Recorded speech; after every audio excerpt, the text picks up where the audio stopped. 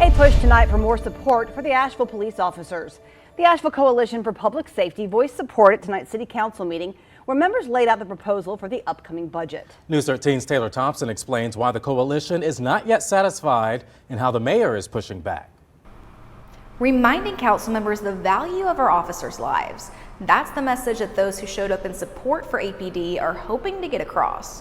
The Asheville Coalition for Public Safety has consistently showed up to city council meetings over the last few months, but members say now it's getting down to the wire. They're presenting the budget numbers, and they're presenting what the salary figures are going to look like for the police. We're seeing an increase, which is of course heading in the right direction, but the Asheville Coalition for Public Safety feels that that increase should be higher. The presentation showed $33.8 million going to the Asheville Police Department. That's an extra $3.7 million more than the previous year. It's not enough to give them crumbs. 6% raise, from what I'm hearing, is what has been proposed. I don't know if that's inked and permanent yet, but 6% is just not enough. Members say our officers need to be the highest paid agency in the state. The proposal right now is that the APD starts out at $45,856 and tops out at $61,399. Honor says that's much less than other cities. What is the value of the people who protect us, the people who rush in for domestic violence situations,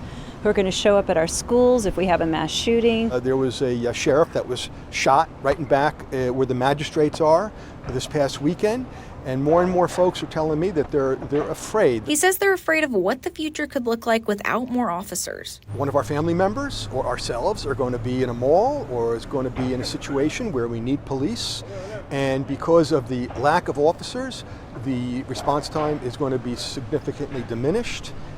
That's a huge fear. Mayor Esther Mannheimer says it's more than a 6% increase when you break down all that they're adding in, such as increasing night shift and on-call pay. When you package it all together, the real pay raise to that employee, what they will actually experience in their paycheck will be more than that. We've heard from a lot of you about how much you appreciate it. We've heard how important it is to see law enforcement officers in our community, the feeling of safety that people get from that. Still, the coalition remains skeptical. So no, I'm not hopeful. And if we can't implore upon them and all that we can do is get a 6% increase, they haven't listened to us. And the official public hearing for the 2024 budget will take place on May 23rd.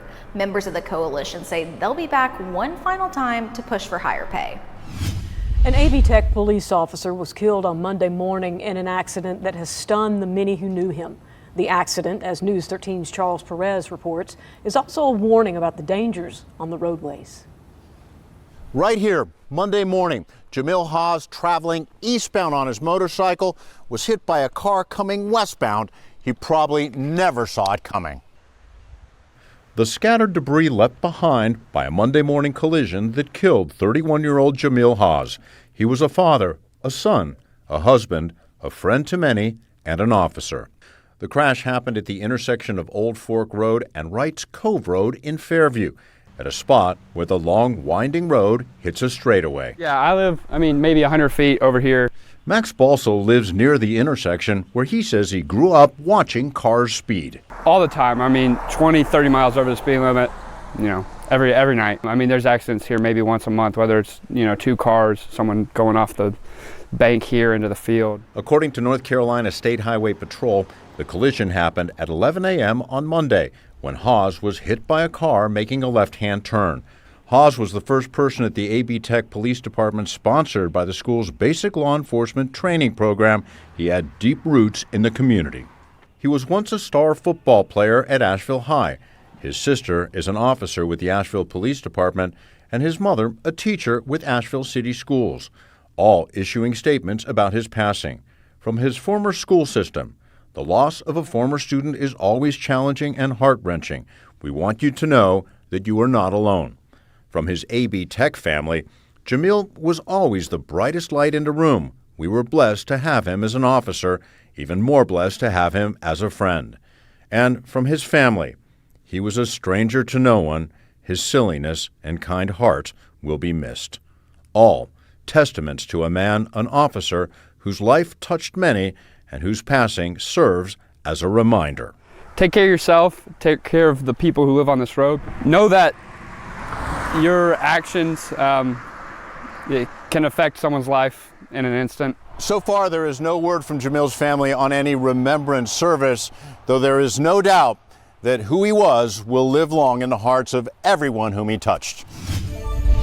There's more attention on the case of a missing Macon County woman. She's been missing now for 3 years. News 13's Rex Hodge reports friends, former classmates, and investigators all want to find Emily Rain Dillard.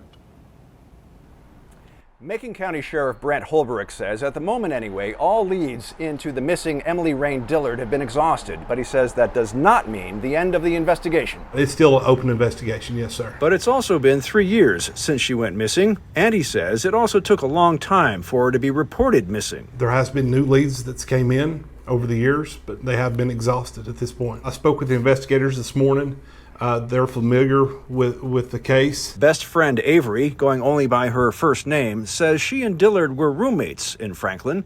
She says the last time she saw Dillard was the night before she went missing. She had been disappearing for weeks at a time without notice, and I got really upset about that. She was a really sweet person, got along with pretty much everyone. Dillard went to Franklin High School. To help find her, her former classmates are turning to social media. A few classmates of ours made a Facebook page, and invited all of our other classmates, hoping that maybe somebody will know something. I just want to get the word out. I just want to get the ball rolling and get some information out there so we can hopefully get some answers for her. Would love to know where she's at. Investigators are looking for answers too, considering all angles. Are you aware of any difficulties in the family or anything like that? I'm not for sure, to be honest with you. Sheriff Holbrooks, Dillard's friends, and former classmates are hoping more attention brings a good result. That way